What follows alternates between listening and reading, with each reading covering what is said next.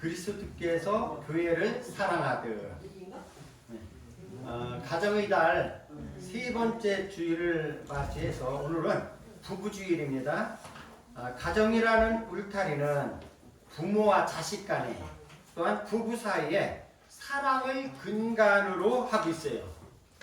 사랑이 없는 가정은 그렇기 때문에 제가 특히 부부간에 서로 존중하고 사랑하지 않으면 올바른 관계를 유지하기가 힘듭니다.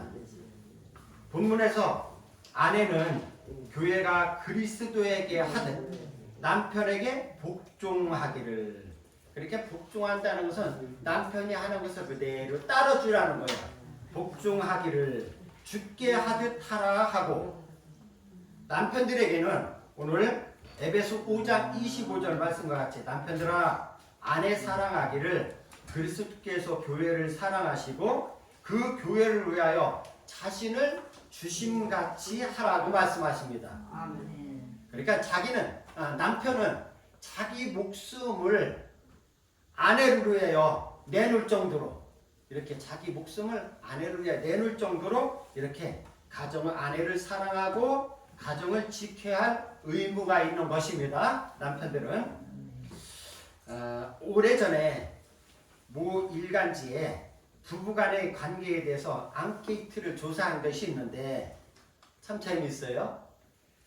내가 다시 태어난다면 지금 살고 있는 사람과 다시 살겠습니까? 라는 질문에 자그마치 90%의 부부가 서로 아니요라고 대답했답니다. 어떤 사람은 골변나 이렇게도 하고, 또 어떤 부부는 바꿔봐야 그놈이지 뭐 하면서 이렇게 말했다고 합니다. 2020년도 통계청 발표에 의하면 이혼하는 10쌍의 가정 중에 황혼이혼이 3 내지 4쌍이라고 합니다. 36.7%래요. 그러니까 황혼이혼은 20년 이상 살다가 20년 이상 살다가 이혼하는 것이 이제 황혼이혼인데, 성격 차이로 이런 이제 20년 이상 살다 보면은 성격 차이로 또 남편이 무시를 해도 누구 때문에 못 헤어졌어요? 아이들 때문에 또는 정 때문에 이렇게 살았는데, 이제 아이들 결혼을 다 시켜놓고 자유롭게, 지금은 몇 세 시대라고? 100세 시대이기 때문에 아이고 내 저런 영감탱이하고 앞으로 30년 어떻게 살아? 에라 갈라서자 해가지고 이혼하는 분들이 그렇게 많대네요. 또 이렇게 황혼 이혼 버덤도 또 요즘은 또 뭐가 있어요? 조론이라는 게 조론은 이혼을 하지 않으면서 이혼한 거와 똑같이 따로따로 사는 거야. 따로따로 사는 거. 애들 때문에 이혼을 못하고. 예. 이런 세태 속에서 우리 성도들의 가정과 또한 우리 성도님들이, 권사님들, 집사님들이 그 자녀들의 가정이 행복한 가정이 되기를 축복합니다. 아멘. 이혼이나 황혼이혼, 조론은 우리 하나님이 원하는 뜻이 아니고 그것을 분명히 알아야 돼요. 하나님은 그것을 원하지 않아. 하나님은 부부가 함께 알콩달콩 이렇게 잘 살아가는 것을 보시면서 기뻐하시는 것이 우리 하나님입니다. 아멘. 오늘 말씀에 보면 그러므로 사람이 부모를 떠나 그의 아내와 합하여 그 둘이 한 육체가 됨이라. 가끔이에요. 우리 아들님이 그 전에 안 그랬는데 에피네를 얻더니 틀려졌다는 거야. 그게 당연한 거예요. 오늘 말씀에 보면은 우리 권사님들 그런 분들 많아요? 저 많이 들어봤어? 그 아들이, 딸들이 그 부모를 떠나 품 안에 자식이고 이제 가르칠 때 내가 자식이지, 이제 그 부모의 품에서 떠나는 거예요. 떠났으면 지들끼리 아주 알콩달콩 살아가는 게 이게 정상적인 거예요. 그러니까 여러분들 며느리하고 아들하고 아주 그냥 재밌게 사는 거 그게 성경적이고 이게 잘하는 거야. 아이고 잘한다. 아이고 잘한다. 아이고 잘한다. 박수 쳐 주시기 바랍니다. 왜 그런 얘기를 하느냐? 가끔 보면 부모한테는 못되면 지들끼리만 잘하니까 이제 약간 성질이 나셔서 이제 그런 말씀을 하는데 분명한 것은 자식이 부모를 떠나 성경에 그렇게 기록되어 있어요. 부모를 떠나 그 아내를 맞이해서 잘 사는 것이 하나님의 뜻인 줄 믿습니다. 오늘은 부부주일인데 우리 뭐 전부 다 권사님들 뭐 전부 다 집사님들 연세가 많아서 뭐 부부 행복하게 잘 살으라는 이런 얘기하는 것보다도 제가 오늘 좀 얘기를 많이 해주려고 그래요. 재미있는 얘기를 많이 해드릴게요. 가정 세미나에서 있었던 일을 소개해 드리는데 가정 세미나라는 것은 어떻게 하면 가정이 행복할까 이런 세미나를 하는데 그 프로그램 중에 이제 한 장로님 이제 아내에게 전화를 하는 프로그램이에요. 아내에게 여보 사랑해요 전화를 했더니 전화를 받으신 권사님이 연병하네 바빠 죽겠구만. 그랬다는요. 평소에 안 하던 짓을 하면 그런 대답이 나오는 거예요. 그래도 평소에 여보 사랑해 그럼 나도 사랑해 장모님 잘 갔다 와 이랬는데 평소에는 여보 사랑해 한마디도 안 해다가 세미나 가가지고 전화를 불쑥하니까 연병하네 그런 소리 듣는 거예요. 장로님뿐 아니요 목사님도 마찬가지죠. 목사님들은 강사 목사님이 강의하시다가 목사님들에게 집에 전화를 걸어 아내에게 사랑해요 이렇게 이제 얘기를 했어요. 그런데 경상도에서 올라온 연세가 많은 목사님이 난 절대 못한다 그래는 우리 웃으시는 그 권사님 경상도 어르신하고 사시는데 멋다 그래가 진짜 없으시네. 난 절대 못한다 난 안 할 기다 하며 주저하는 목사님을 보고 옆에 목사님들이 이렇게 막 전화번호 알려가지고 걸어가지고 앵겨줬어요. 근데 평생 사랑한다는 얘기를 해봤어야지. 여보 내가 여보 내가 그러니까 옆에 목사님들이 사랑한다 하세요. 사랑한다. 결국 못하고 여보 사찰 집사님은 잘 있나? 사에다가 사랑한다 소리 한번 못하고 사찰 집사님은 잘 있나? 이랬다는 거예요.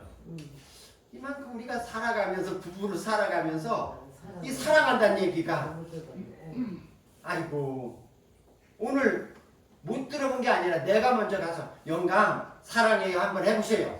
이게 먼저 가는 말이 뭐예요? 제가 얘기했지 지난주에 소리 가는 말이 뭐예요? 여보 사랑 영감님 사랑해요 한번 해봐요. 그럼 무슨 말이 나오나? 목사님 사랑해요. 영감님은 사랑하라고 했지만 오늘 부부주일에 아름다운 여인의 이야기를 소개하려고 그래요. 지난주일은 어버이 주일날 제가 세 가지 세션으로 얘기를 해줬어요. 첫 번째는 저의 이야기, 두 번째는 루스의 이야기, 세 번째는 여러분들의 마음을 담아서 제가 여러분들의 이야기를 대신했죠.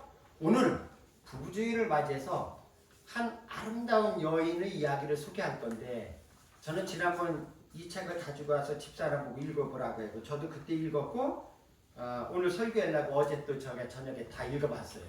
너무너무 감동적이고 너무너무 좋아. 올해 1942년생 올해 나이로 81세 석은옥 여사의 이야기입니다. 무남동녀 외동딸로 부유한 가정에서 태어난 그녀는 숙명여대 1학년 때에 강영우라는 학생을 만나게 됩니다. 강영우라는 사람은 그 학생은 중3 때에 그때 되면 저도 참 중학교 다닐 때도 공치기를 좋아해서 축구를 엄청 좋아했는데 이 강영우 학생이 축구를 하다가 공에 세게 맞아가지고 결국 눈이 실명되게 됐어요. 그의 어머니는 내 아들이 장님이 된다라는 이런 생각에 쇼크를 받아가지고 충격에 뇌출혈로 세상을 떠나고 이게 부모의 마음이야, 그죠? 내 아들이 장님이 되다니 이렇게 똑똑한 아이들이 장님이 되다니 해서 충격을 받아서 뇌출혈 그대로 쓰러져서 결국 숨지게 되었어요. 사남매가 남았어. 강영우 누나는 고등학생이고 그 다음에 10살, 13살이 강영우 동생 이렇게 살았는데 고등학교를 다니는 누나는 가정을 책임지려니까 학업을 포기하고 동대문에 가면 평화시장 있잖아요. 평화시장에서 봉제 일을 하면서 자녀들이 뒷바라지를 하면서 고되게 일을 하면서 살다가 너무 고되고 힘들고 벅찼든지 어머니가 돌아가신 16개월 만에 그 누나마저 폐결핵으로 세상을 떠났어요. 강영은 장남으로 13살 남동생과 10살 여동생을 어떻게 내가 키우나. 장님으로 사느니 차라리 자살하자. 그랬어요. 그래가지고 자살을 시도했지만 간호사들이 이렇게 병원에서 발견해가지고 죽지도 마음대로 못했어요.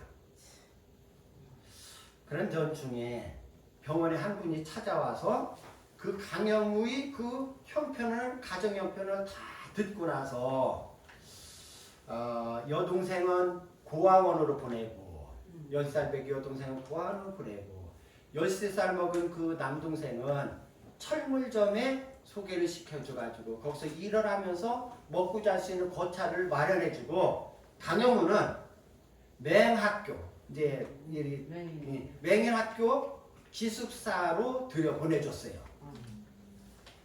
이때 서근옥은 숙명여대 1학년 동아리들 10명이 그때 당시에 강영우의 소식을 듣고 강영우 돕는 프로젝트를 해가지고 우리가 한번 강영우를 도와보자 이렇게 해가지고 강영우를 만나게 되어 처음으로 딱 강영우가 그 방으로 들어오는데 더듬더듬 안내를 받으며 들어오는데 그 서근옥은 하나님께 기도를 했어요. 하나님, 내가 이 맹인 소년을 위해 무엇을 할 수가 있을까요?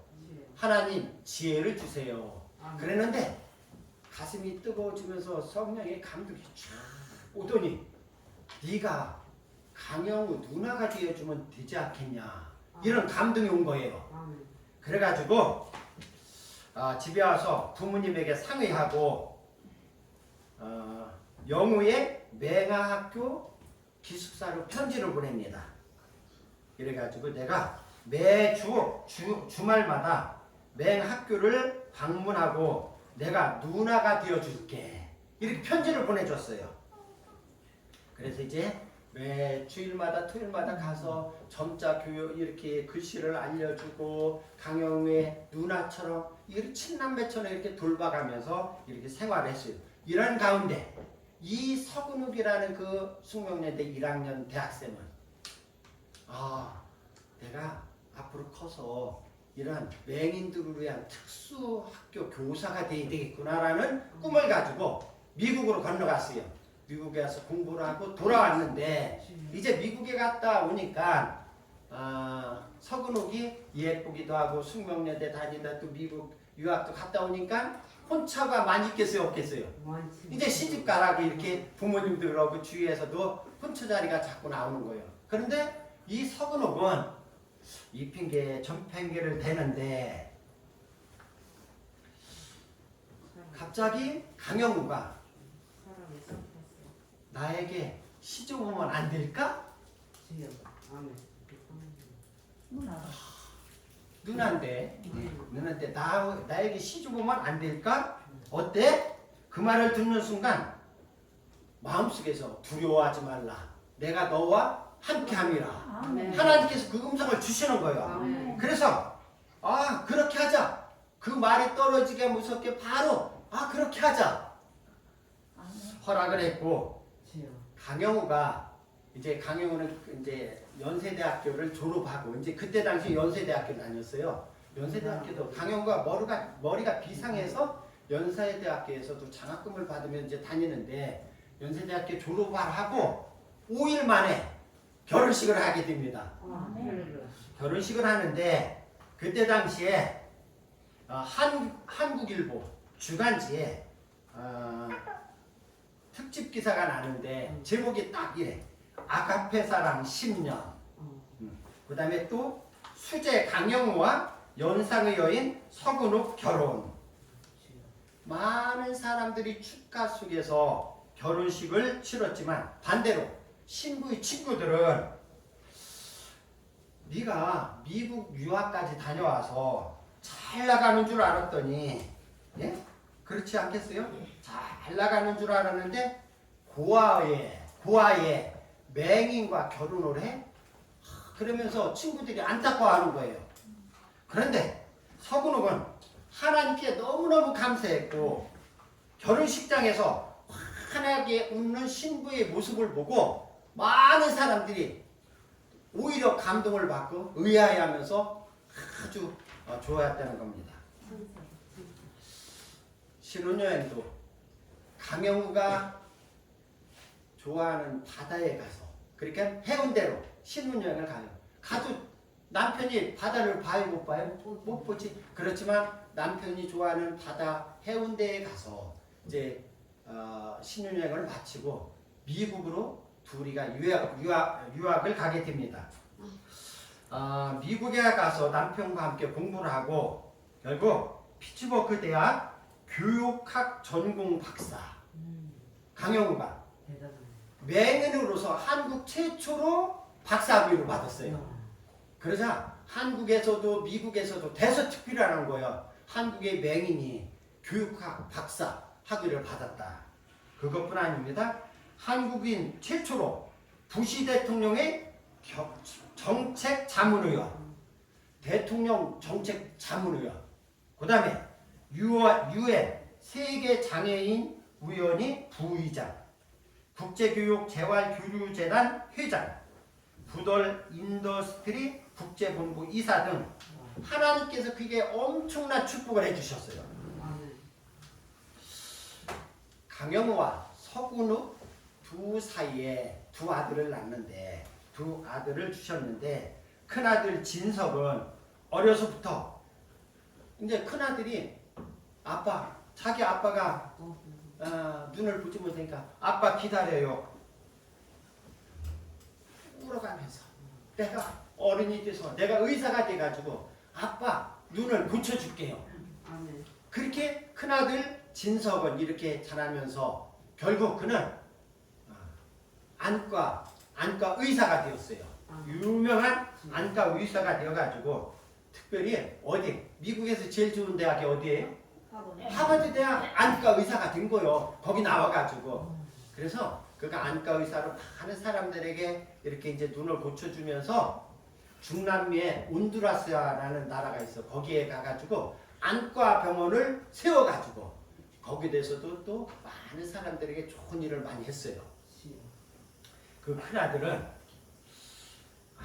나중에 워싱턴 안과의사 협회장도 했고 조지타운대 교수도 하고 이렇게 훌륭한 아들을 두었어요. 둘째 아들 진영이가 둘째 아들인데 아버지가 이런 일이 있었어요.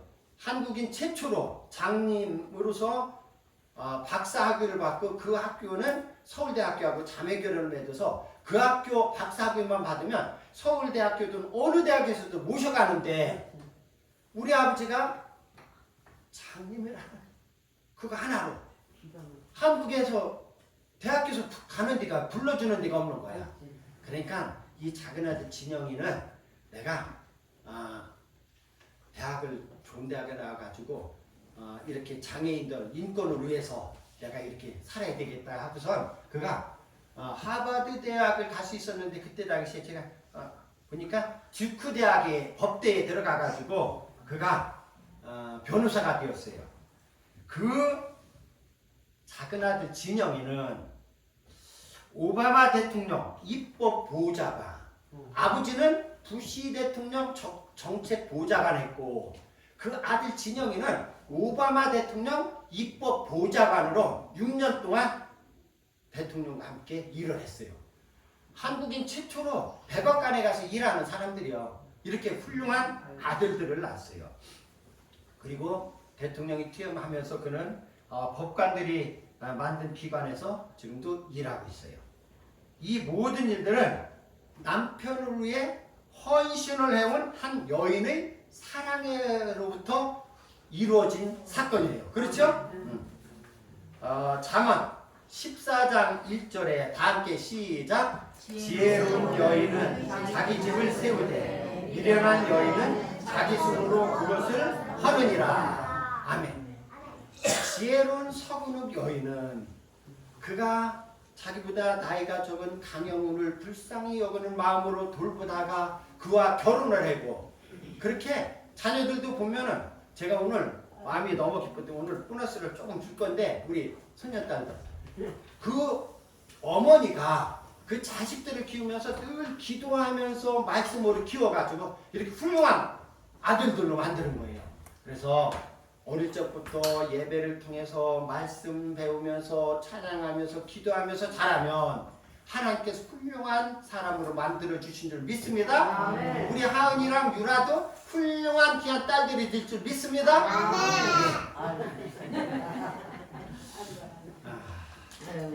잠언 31장 10절에 누가 현숙한 여인을 찾아 얻겠느냐 그의 값은 진주보다 더하니라.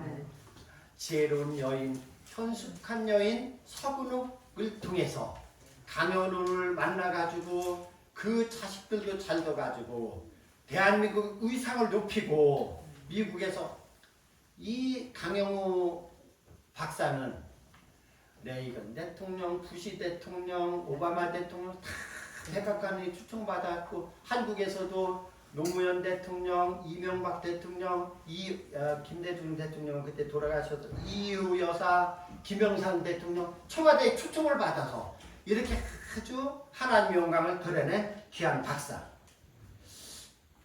2011년 지금으로부터 12년 전 두 사람이 만난 지 50년 부부로서 산지 40년 되던 해에 한국에 와서 이제 강영우 박사가 많은 책을 냈어요. 출판 이제 하고 이렇게 하기 위해서 한국에 와서 책을 내고 이제 미국으로 돌아갔는데 갑자기 몸이 아파가지고 진단을 받았는데 강영우 박사가 췌장 3개월 동안 못 산다는 거야. 그렇게 아깝고 훌륭한 그런 사람이 그랬던 그런 강영우 박사가 제가 이 편지를 보고 얼마나 감동이 받았는지 몰라요. 임종을 앞두고 아내에게 이런 멋진 편지글을 남겼어요. 아직도 봄날 반짝이는 햇살보다 눈부시게 빛나고 있는 당신을 난 가슴 한가득 품고 떠납니다. 68세 저랑 똑같은 애 참 68세 아직도 봄날 반짝이는 햇살보다 눈부시게 빛나고 있는 당신을 난 가슴 한가득 품고 떠납니다. 당신을 처음 만난 게 벌써 50년 전입니다. 햇살보다 더 반짝반짝 빛나고 있던 예쁜 여대생 누나의 모습을 난 아직도 기억합니다. 손을 번쩍 들고 나를 발에다 주겠다고 나서던 당돌한 여대생 당신은 하나님께서 나에게 보내주신 날개 없는 천사였습니다. 지난 40년간 늘 나를 위로해 주던 당신에게 난 오늘도 이렇게 위로를 받고 있습니다.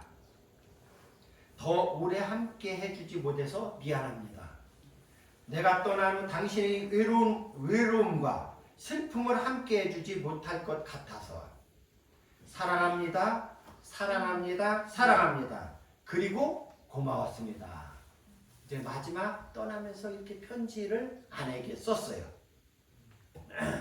제가 이제 결혼한 지 40년이 넘었는데 결혼할 때 주례 목사님들은 그때 결혼 서약이 생각나는데 기쁠 때나 요즘은 그런 서약을 안 해요. 물어보죠. 기쁠 때나 또 슬플 때나 또 괴로울 때나 가난할 때나 아플 때나 병들었을 때나 남편만을 잘 모시고 100년 하야로 하겠습니까? 네. 그때 당시에는 결혼 서약을 그렇게 했어요. 이렇게 서약을 하고 시작한 가정에 위기가 오고 파탄이 나는 것은 사탄이 배후에서 역사하기 때문입니다. 그렇게 서약을 했으면 그렇게 살아야 되는데 그렇게 살지 못하는 거 가정마다 보면 이것은 보면은 선악과를 따먹기 전까지 에덴 동산에서 아담과 하와는 행복하게 살았어요. 그런데 사탄이가 아담과 하와를 보고 시기가 나는 거예요. 아담과 하와는 어느 정도였냐면 아담이 하와를 처음에 본 순간 이는 내 뼈 중에 뼈요 살 중에 살이로다. 이렇게 아주 최고로 멋있는 말을 했는데 사탄이 그들에게 들어와 가지고 그 가정이 선악과를 먹음으로 해서 죄를 짓고 나서는 아담이 하와에게 뭐라고 했는지 알아요? 뭐라고 했어요? 저 여자라고 하면서 저 여자가 선악과 열매를 내게 주므로 내가 먹었나이다. 뼈 중에 뼈요 살 중에 살이라고 최고로 극찬하던 아내를 내 속에 죄가 들어오고 사탄이 가정을 무너뜨리기 시작하니까 저 여자 때문에 내가 그 열매를 먹었나이다. 이렇게 부부관계가 틀어지는 것은 바로 죄 때문인 거예요. 죄. 사탄은 가정을 깨는 것이 그들의 임무고 그들이 하는 일이 가정을 깨는 일이요. 사탄은 교회를 깨는 일이요. 가정을 깨기 위해서는 먼저 누구를 갈라놔야 돼요. 부부의 마음을 멀어지게 해놔야 되거든.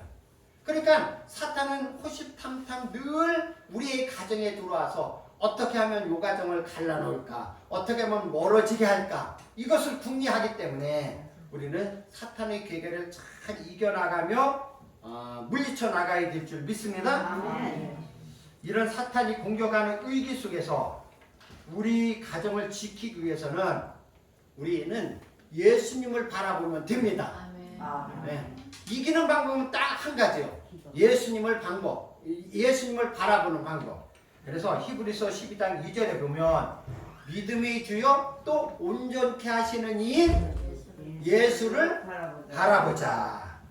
우리에게 주님을 바라보는 눈이 열리면 부모를 바라보는 눈도 바뀌게 됩니다. 예수님을 바로 믿고 아름다운 신앙으로 예수님을 바라보는 눈이 열리게 되면은 부모를 바라보는 눈이 열리는 거예요. 우리 아버지가 그전에는 힘도 세고 건강하더니 힘이 이제 우리 아버지가 늙어 가시는구나.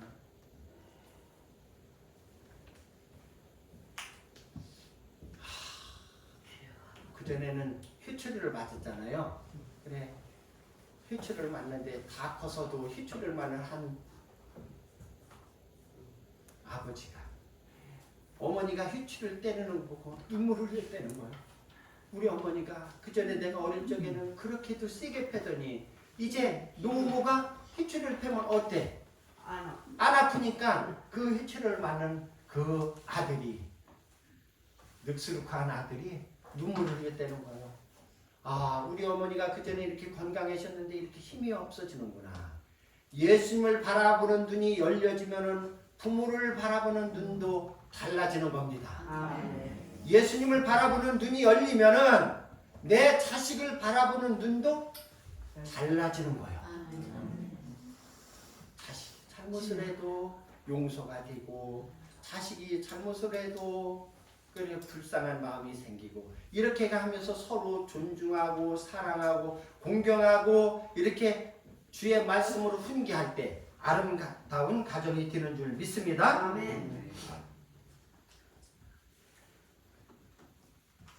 로마서 8장 28절에 보면 우리가 알거니와 하나님을 사랑하는 자 곧 그 뜻대로 부르심을 입은 자들에게는 모든 것이 합력하여 선을 이루느니라. 사랑하는 성도 여러분, 지금 우리 자식이 조금 내 수준에 미달이 된다 할지라도, 우리 가족들 중에서 우리 며느리가 내 마음에 조금 덜 든다 할지라도, 내 사위가 조금 마음에 든다 할지라도 참고 견디다 보면은, 지난주에 제가 말씀했죠? 다 사람은 나중에 뭐를 든다? 철이 든다. 예, 철이 들면 다 잘 될 줄 믿습니다. 하나님께서는 모든 것이 합력하여 나중에는 가장 아름다운 선으로 이루어 주시는 줄 믿습니다. 부부주를 맞이해서 우리 자녀들이 가정에 사탄이 넘보지 못하고, 여러분들이 이걸 기도해야 돼요. 늘 우리 자식들 위해 기도하면서 사탄이 그 가정에 틈타지 못하게 하여 주옵소서. 하나님 우리 가정을 지켜 주시옵소서. 하나님 우리 딸내 가정을 지켜 주옵소서. 하나님 우리 아들의 가정을 지켜 주옵소서. 그리고 서로 아끼고 사랑하고 존중하며 아름다운 가정이 이루어지기를 기도해야 됩니다. 부모한테는 혹여 조금 못해도 자기네들끼리 열심히 알콩달콩 깨소금 쏟아지면서 살아가는 것이 더 좋은 줄 믿습니다. 이렇게 잘 살아가는 여러분들이 가정이 되며 여러분들 자녀들이 가정이 되기를 주의 이름으로 축원합니다. 기도하겠습니다.